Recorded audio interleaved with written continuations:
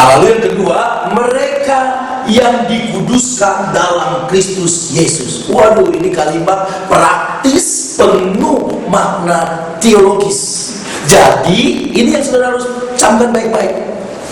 Karena dia adalah jemaat Allah, milik Allah, makanya semua jemaat Allah adalah orang-orang kudus.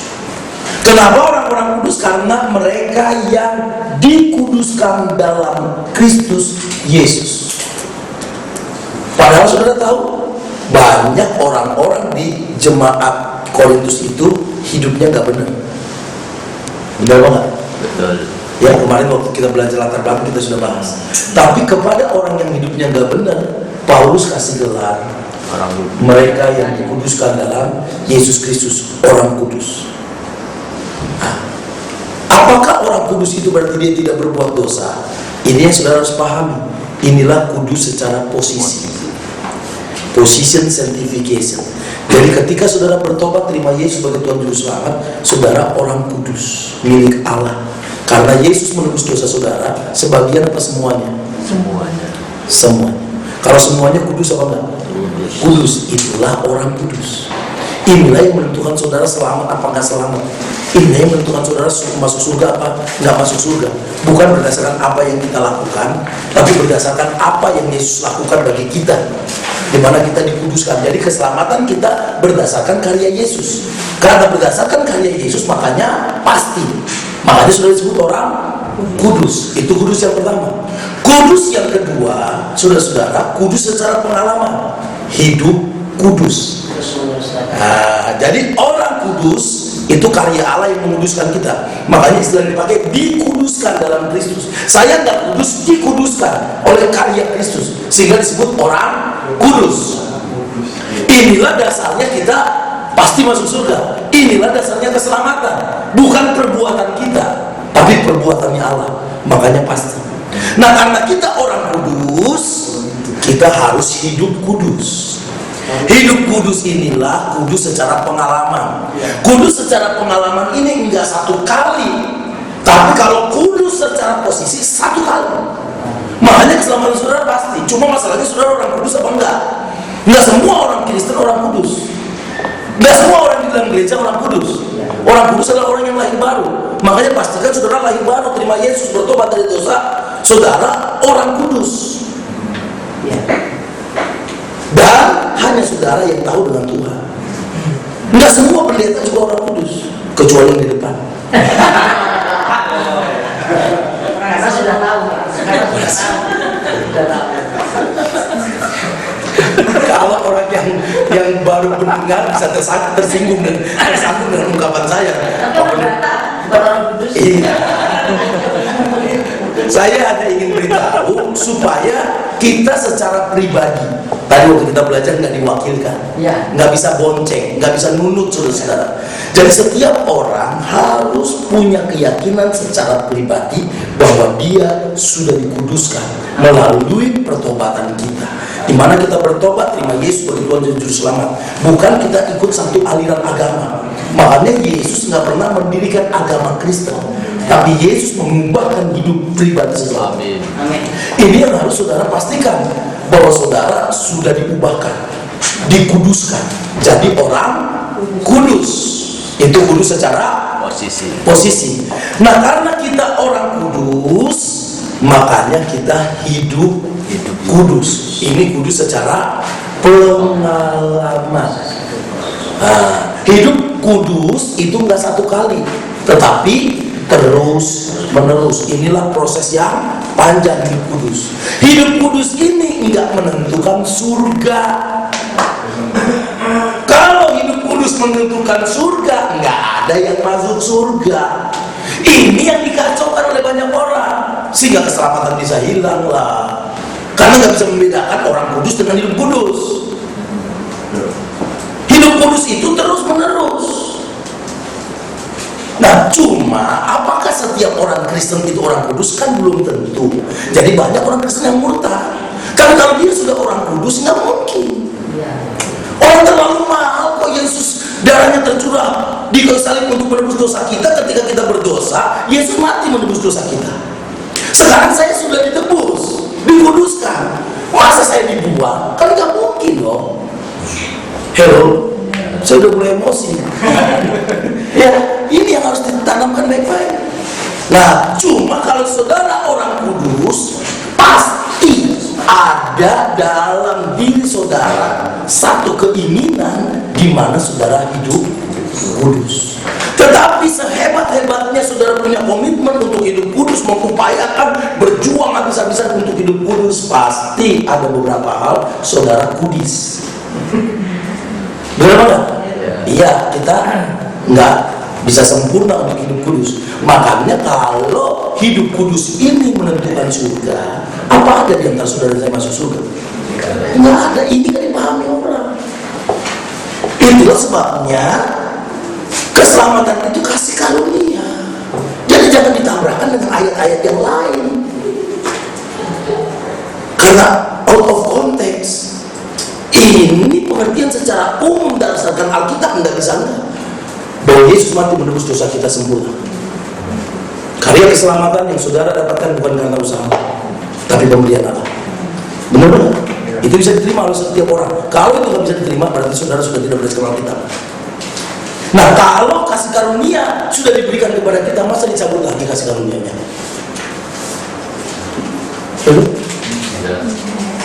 Lalu mulai pakai ilustrasi. Ilustrasinya biasanya ini apa? Ada teologi kucing, ada teologi monyet. Kalau teologi kucing, keselamatan anak kucing bergantung induk kucing. Karena kucingnya, induknya yang pegang anaknya. Ini teologi kucing. Jadi kemanapun anaknya selamat karena ibunya yang memegang. Anaknya nggak mau bisa berontak bagaimanapun nggak bisa jatuh karena tergantung ibunya. Kalau teologi monyet tergantung anaknya. Anaknya yang pegang. Jadi kalau gelayutan induknya, anaknya lepas, ya hilang. Nah, ini teologi monyet. Jadi teologi monyet itu keselamatan bergantung anaknya, karena dia yang megang. Nah, teologi kucing apa teologi monyet? Nanti muncul lagi teologi anjing, aduh. Jadi nggak usah diilustrasikan banyak hal. Itu hanya menolong saudara supaya ngerti, bukan kebenaran ilustrasi. Tetapi jelas bahwa saudara jadi orang kudus bukan karena usaha saudara. Jemaat di Efesus jelas jemaat yang gak benar. Tapi kepada jemaat yang gak benar, Rasul Paulus berkata kepada orang yang kudus di Korintus, karena apa? Mereka yang dikuduskan dalam Kristus. Saudara ngerti artinya dikuduskan?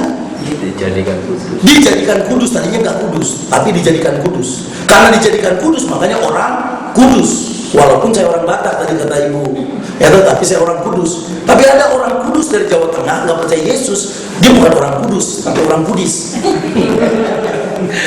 Saudara mungkin bukan dari Kudus, dari Jawa Tengah sana, dari Jepara, ya ada kudus di sana. Ya? Nah, saudara bukan orang Kudus Jawa Tengah, tapi dari Malaysia. Ya, saudara percaya Yesus, orang kudus. Di Malaysia ada nama tempat kudus bukan ada? Masa enggak ada. Iya. Jadi papa dapat tempat satu, orang kudus. Nah, itu posisi. Artinya posisi kita kudus bukan usaha kita kudus karena usaha Allah. Inilah yang namanya kasih karunia. Dan ini yang harus diyakini oleh setiap orang bahwa saya sudah hidup kudus, udah orang kudus. Nah, banyak orang percaya nggak memahami ini. Selalu lihatnya dari aspek perbuatan. Gampang sekali. Namanya kasih karunia, bukan usaha. Saudara ngerti nggak sih kasih karunia? Kasih karunia itu kan bukan usaha, dikasih. Saudara jadi orang kudus gak ada usahamu sedikit pun, bukan? Itu kan usaha Tuhan. Sempurna apa enggak? Sempurna. Nah, karena sekarang saya sudah jadi orang kudus, saya hidup kudus. Inilah usaha kita, inilah perjuangan. Kenapa saudara ke gereja? Kenapa saudara MBS? Untuk hidup kudus. Kenapa baca Alkitab sekali? Untuk hidup kudus. Apa ini menentukan surga?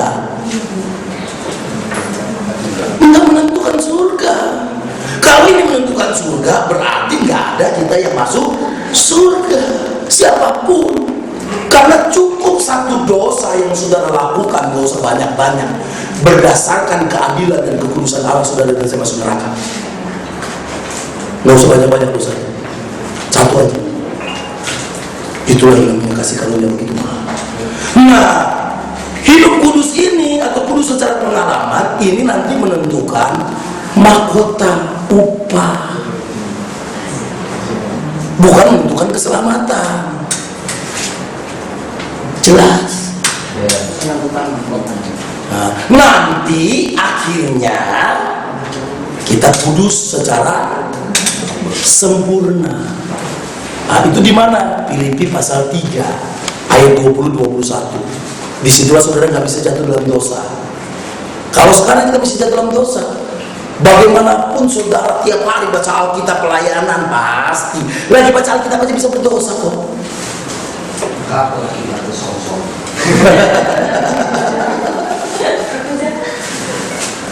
Apa Pak?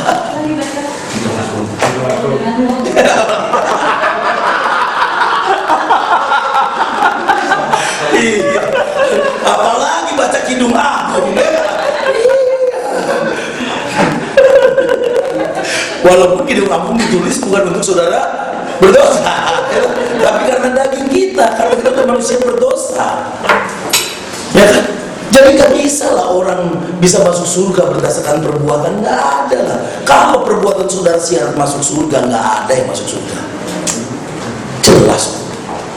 Bukan berarti perbuatan baik gak penting, sangat penting. Tapi itu bukan syarat.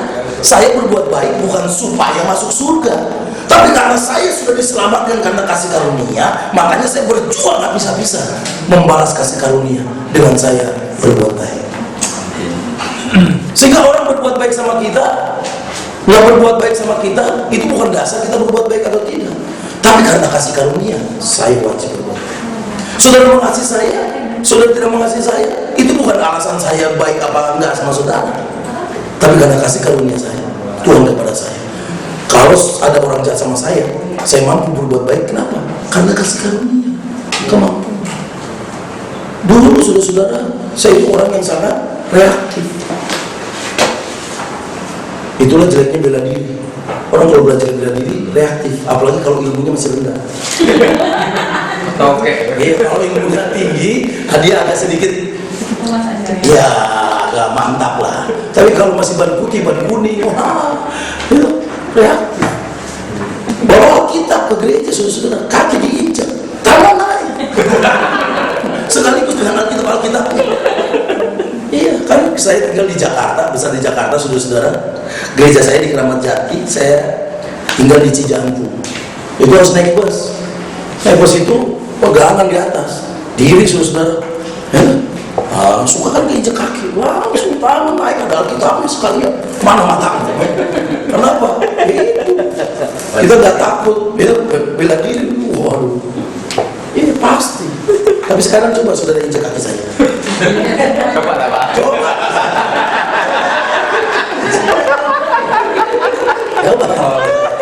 Coba injak. Takut mungkin.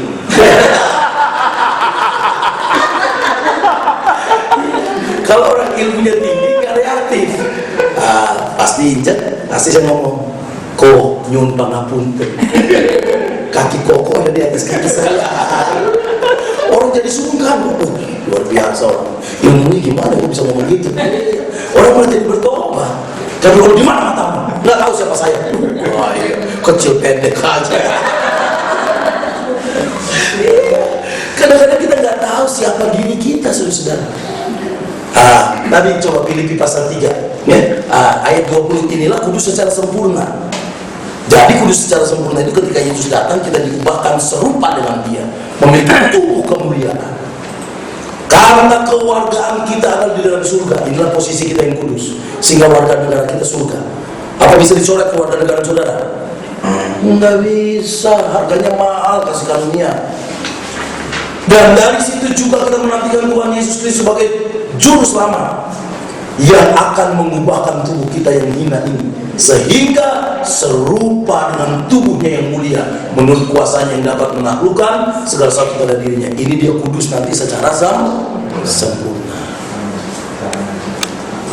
Nah, yang ada di 1 Korintus tadi coba pasal 1 ayat 2 itu kudus secara posisi.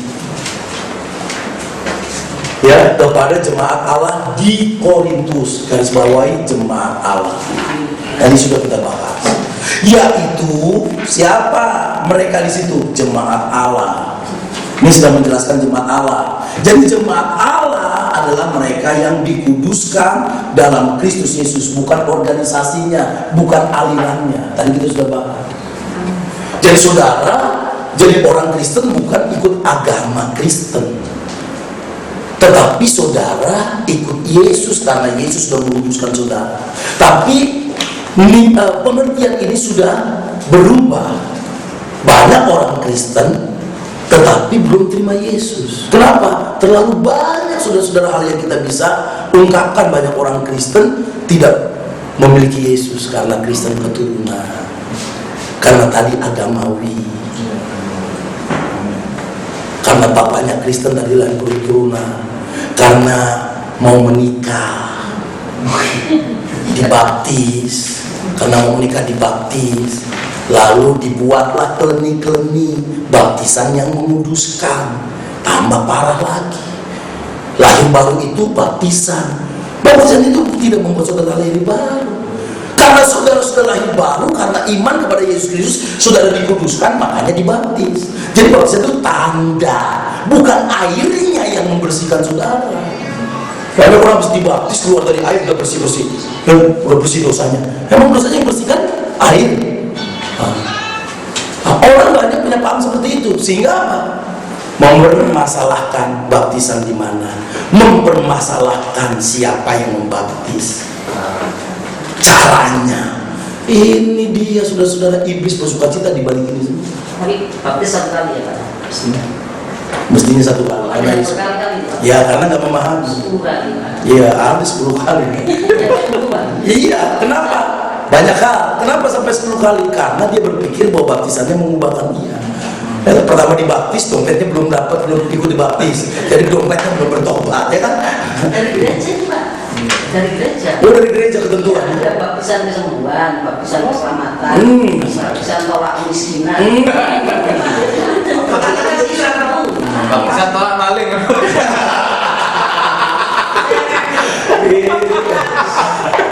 Pak, tanya soal baptisan Pak. Kalau seseorang ini dibaptis ya, tapi hidupnya masih belum berubah, terus dia merasakan ini satu yang salah, lalu dia ingin dibaptis ulang, apa itu dibenarkan Pak? Enggak ada masalah kalau itu sebagai sebuah keputusan dia, karena dulu waktu dibaptis dia belum sungguh-sungguh bertobat. Sekarang dia bertobat, dia mau dibaptis. Itu saya itu baru 1 kali dibaptisnya. Contohnya siapa? Yang di depan saudara itu. Dulu saya masih kecil dibaptis, belum ngerti apa-apa.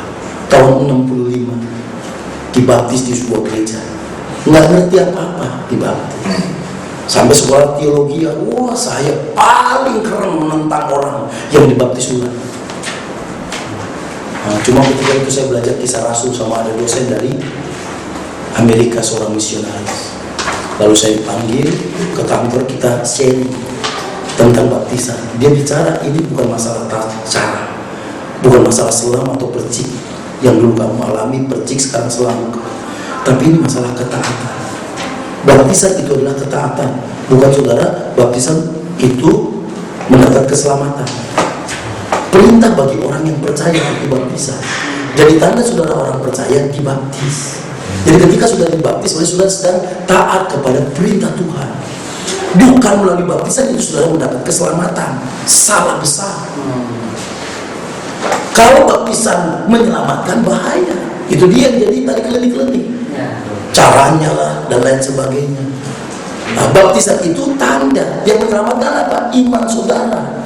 Ketika saudara sadar orang berdosa, bertobat dari dosa, terima Yesus sebagai Tuhan dan Juru Selamat, iman saudara itu menyelamatkan.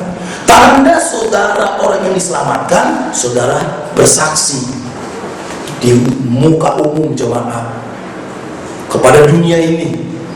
Itulah baptisan yang bagus kalau di luar gereja, bahwa saya pengikut Kristus. Itu tanda orang yang sudah bertobat.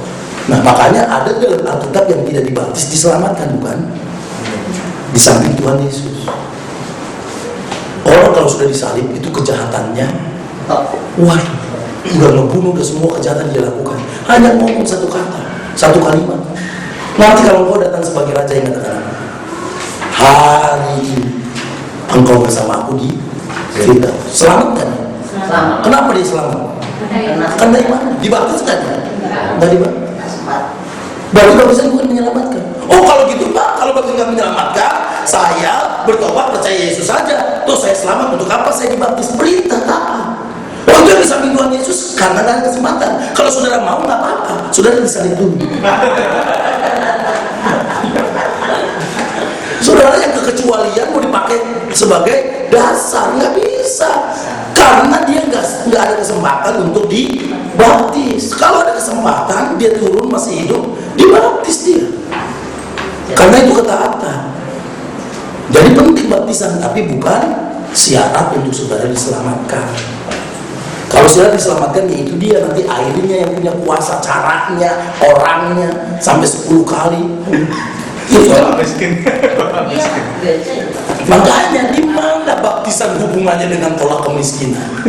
Di mana baptisan itu hubungannya dengan kesembuhan? Ampun Tuhan. Nanti ada lagi, nanti bukan hanya baptisan, nanti perjamuan kudus. Perjamuan kudus hari ini khusus untuk menolak kemiskinan. Minggu depan semua yang punya masalah utang-utang datang, karena minggu depan ada perjamuan kudus bagi pelunasan utang-utang. Wah, gereja saudara penuh apa enggak? Penuh. Tapi dibawa pulang gitu Pak. Dibawa pulang. Anehnya terjadi, itu dia itu. Tapi kita yang ajar benar-benar gak terjadi. Kenapa? Proses murni saudara-saudara. Jadi sugesti yang main. Nah, jadi hati-hati. Jelas? Ya, jadi itu mereka yang dikuduskan dalam Kristus Yesus dan dipanggil menjadi orang-orang kudus. Posisi. Nah, nanti pengertian orang-orang kudus juga artinya apa? Artinya dikhususkan. Itu juga arti kudus. Dikhususkan. Misalnya benda-benda di bait suci itu benda-benda kudus. Artinya apa benda-benda kudus? Apa benda itu gak ada kotorannya? Bukan. Dikhususkan. Nggak boleh dipakai untuk yang lain, dipakai hanya untuk ibadah. Kalau saudara orang kudus, saudara dikhususkan, nggak boleh dipakai untuk dunia. Itu artinya, tapi hidupmu dikhususkan untuk Tuhan. Itu orang kudus. Jadi saudara bekerja bukan sekedar cari uang. Kalau bagaimana mulai pekerjaan saudara, saudara dikhususkan yang mempermuliakan nama Tuhan. Saudara sekolah, studi, kuliah bukan cari nilai, cari gelar, tapi melalui sekolah bagaimana saudara mempermuliakan nama Dia. Inilah yang Paulus katakan. Kerjakanlah keselamatanmu dengan takut dan gentar. Nggak mungkin Paulus bermaksud berusaha untuk memperoleh keselamatan. Orang jelas bagian-bagian firman Tuhan bagaimana keselamatan yang dijelaskan Paulus itu kasih karunia. Kok saudara ayat yang satu itu dibuat untuk pertentangan? Nggak mungkin. Kerjakanlah keselamatan dengan takut dan gentar itu apa? Saudara-saudara, bertanggung jawab atas keselamatan yang Tuhan sudah berikan. Karena terlalu mahal keselamatan itu, dia hidup di dalam keselamatan. Jadi kalau saudara memahami, saudara sudah ditebus dengan darah yang mahal, jadi orang-orang kudus, tapi saudara tidak ada keinginan untuk hidup kudus. Saya tanda tanya, sungguhkah saudara orang kudus? Ngerti? Nah, nanti kudus secara pengalaman ini banyak hal yang terkait pergaulannya. Makanya saudara jangan sembarangan bergaul, karena pergaulan saudara menentukan hidup kudus apa enggak. Tetapi posisimu nggak bisa tergantung pergaulan. Justru kita yang mempengaruhi kalau berdasarkan posisi kita. Tetapi kalau kudus secara pengalaman banyak yang terkait. Saudara tinggal di mana? Saudara setiap hari ketemu siapa? Saudara setiap hari jalan sama pendeta, pelayanan, pasti lebih bertumbuh daripada saudara setiap hari tinggal nongkrong di doli. Sama-sama orang kudus. Apa saudara nggak pikir nggak banyak orang kudus di doli? Banyak, ada gereja di situ Pak. Saya pernah khotbah di situ, parkir di tempat parkiran itu Pak. Iya, gereja Allah Baik namanya. Gereja Allah Baik, ada gereja GPDI tapi itu agak jauh dari lokalisasi. Tapi kalau gereja Allah Baik itu nggak ada tempat lain selain parkir di situ. Depannya ada hampir malam minggu saya khotbah. Bayangin, banyak orang. Untuk saya bawa istri, kalau enggak. Sendirian kok wakil. Iya, saya begitu pakai hikmat, saudara-saudara, ya nggak? Disuruh pakai batik, saya nggak pakai batik, pakai jas. Supaya tahu orang, ngapain Doli pakai jas? Ya, baru tahu. Pak, di Doli ngapain? Jas. Jangan ini mau khotbah. Cuman kalau dia hanya lihat dari luar, nah, kalau diikutin bagus. Ya saudara, kalau lihatin saya di Doli, ikutin. Kenapa ikutin? Supaya saudara bertobat. Ikutin, bertobat. Kalau enggak saudara waduh. Apalagi dulu mobil saya itu Honda Mazda Premacy. Saudara tahu Honda Mazda Premacy itu jarang yang punya. Mungkin di Surabaya 2 atau 3. Dan punya saya itu warnanya lain, biru keunguan. Yang ada yang saya tahu hitam, ada metal. Punya saya itu tahu. Jadi kalau orang lewat tahu untuk mobil parahan. Saudara bayangkan kalau sekarang Kijang Innova orang bisa sama-sama. Nah, kalau orang di situ, gereja di situ, orang-orang jemaatnya, pasti pertumbuhannya sulit, Pak. Karena lingkungan. Makanya jemaat di Korintus, saudara-saudara, secara posisi orang kudus, secara pengalaman banyak masalah, makanya ditulis. Kenapa? Ini kota perzinahan. Ingat latar belakangnya bagaimana kota ini diserahkan kepada Dewi Sek Aphrodite. Iya. Jadi lama susah bertumbuh. Latar belakang orang itu juga menentukan cepat atau tidak bertumbuh. Kalau latar belakang dia dari hidup yang sudah seks bebas, narkoba segala macam, sulit. Saudara harus binanya luar biasa. Tapi kalau latar belakang seperti Paulus yang belajar keagamaan dan lain sebagainya, bertobat, udah gampang tinggal. Ini juga menentukan. Jadi hidup kudus itu saudara proses.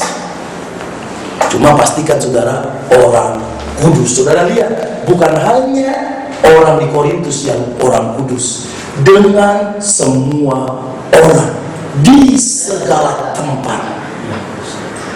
Jadi orang kudus itu semua di Surabaya, di Benjeng, Gresik, sudah bisa sebut Lebak Arum, Lebak Indah, ya, Kenjeran, yang berseru kepada nama Tuhan kita Yesus Kristus, yaitu Tuhan mereka dan Tuhan kita. Sekali lagi, bukan organisasi, dengan semua orang di segala tempat yang sudah dikuduskan oleh darah Yesus, orang-orang kudus. Dan ini sekali lagi pribadi. Bapaknya pendeta nggak otomatis anaknya orang kudus, belum tentu. Suaminya pendeta, istrinya otomatis, belum tentu. Jadi ini pribadi. Karena itu jangan pulang dari tempat ini sebelum saudara yakin saya orang kudus. Amin. Ini yang membuat kita ngerti, karena kita ngerti identitas diri, sehingga kita nggak diintimidasi oleh setan dengan segala kelemahan kita. Ketika kita berdosa, kita nggak diintimidasi. Kamu berdosa, kamu berdosa, kamu berdosa. Kita tinggal ngomong, tahu identitas. Ya, memang aku tadi berdosa, tapi aku orang kudus. Aku mau selesaikan anugerah Allah mengampuni dosa saya. Naik lagi, jalan lagi, ampuni. Proses semakin lama semakin baik, semakin lama semakin baik. Hello, kenapa sih saudara ke gereja? Supaya jadi kudus kan? Enggak. Karena saudara orang kudus, saudara ke gereja supaya tambah salah. Saudara ke gereja supaya masuk surga? Tidak, karena saya sudah punya tempat yang pasti di surga. Saya ke gereja untuk apa? Supaya saya hidup kudus, dengar firman, ketemu orang-orang di sana. Saya mau bertemu dengan Tuhan, bukan untuk masuk surga. Ngapain sudah memberi persembahan, memberi persepuluhan supaya masuk surga? Emangnya Tuhan sudah sogok apa? Supaya lipat kali ganda.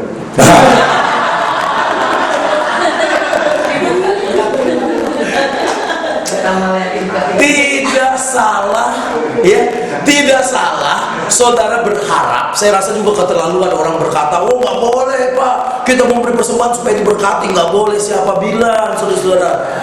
Memang dasar motivasi memberi untuk diberkati, saudara-saudara, itu nggak manusiawi. Tapi memang bukan itu dasarnya. Tetapi nggak salah saudara memberi berharap diberkati. Masa saudara nggak berharap diberkati? Kita berharap diberkati, tetapi motivasi saya memberi karena Tuhan terlalu baik. Dia sudah memberkati saya luar biasa. Nggak ada artinya apa-apa yang saya berikan. Saya memberikan. Hidup kita pun kita berikan, saudara-saudara. Jangankan dompet kita. Kalau saudara berkata hidup diberikan, dompet nggak omong kosong. Ya nggak? Omong kosong. Dalam Alkitab persembahkanlah tubuhmu. Nggak ada. Nggak ada persembahkanlah dompetmu, saudara-saudara. Ya kan? Jadi kalau tubuh dipersembahkan, semua. Kan gak ada yang ngambil. Karena semua mengeraskan hati. Karena dompet ketinggalan. Ya. Jadi kita memberi persembahan apa? Kita mengucap syukur atas karya Allah yang luar biasa yang sudah memberkati. Kalau saudara seperti ini, nggak mungkin lah nggak diberkati. Nggak mungkin. Itu otomatis karena itu sudah hukum. Nah, karena kita orang kudus, saudara, kita tidak memanfaatkan Tuhan untuk kepentingan kita. Ini yang terjadi hari-hari ini. Tuhan itu menjadi alatnya supaya Tuhan itu melakukan sesuatu untuk kepentingan saya. Jadi berdoa mendikte Tuhan, walau kasih deadline. Saudara, ini pulpen, betul? Ballpoint. Kalau pulpen itu yang cair, ballpoint. Ballpoint ini saudara-saudara diciptakan untuk melakukan tujuan dari penciptanya, untuk menulis. Nggak bisa ballpoint ini memperalat penciptanya supaya kepentingan ballpoint ini dipenuhi oleh penciptanya. Saudara itu tanah liat, Tuhan penjuna. Jadi saudara itu alatnya Tuhan untuk mencapai sasarannya Tuhan, bukan kepentinganmu, tapi kepentingan Tuhan. Termasuk kenapa sih kita dikuduskan, supaya kita menjadi alat di dalam Tuhan, bukan Tuhan menjadi alat kita untuk memenuhi segala ambisi kita. Demi wibawamu Tuhan, Engkau tidak mempermalukan anakmu. Kelihatannya keren ya kan? Awas Tuhan kalau Engkau gak sembuhkan. Tuhan itu bukan alat kita, kita alatnya Tuhan. Kok tidak bersalah? Apa saudara tersinggung? Ya, jadi ini yang harus dipahami. Ya, lanjut. Ya, jadi dikuduskan berarti disisihkan tadi, diasingkan kepada atau untuk Allah. Yang tadi saya bilang benda tadi ya, di bait suci. Ini pengalaman dan keadaan setiap orang Kristen, bukan satu golongan yang istimewa, ya, yang telah menerima satu berkat yang kedua, blessing, second blessing. Dipanggil menjadi orang-orang kudus. Mereka orang-orang kudus karena panggilannya, bukan karena perbuatannya. Bisa kata? Ini istilah umum dalam Perjanjian Baru untuk orang Kristen dalam arti yang menerima Yesus Kristus sebagai Tuhan adalah gelar orang kudus. Jadi saudara jangan sungkan mengakui diri sebagai orang kudus. Saya orang kudus.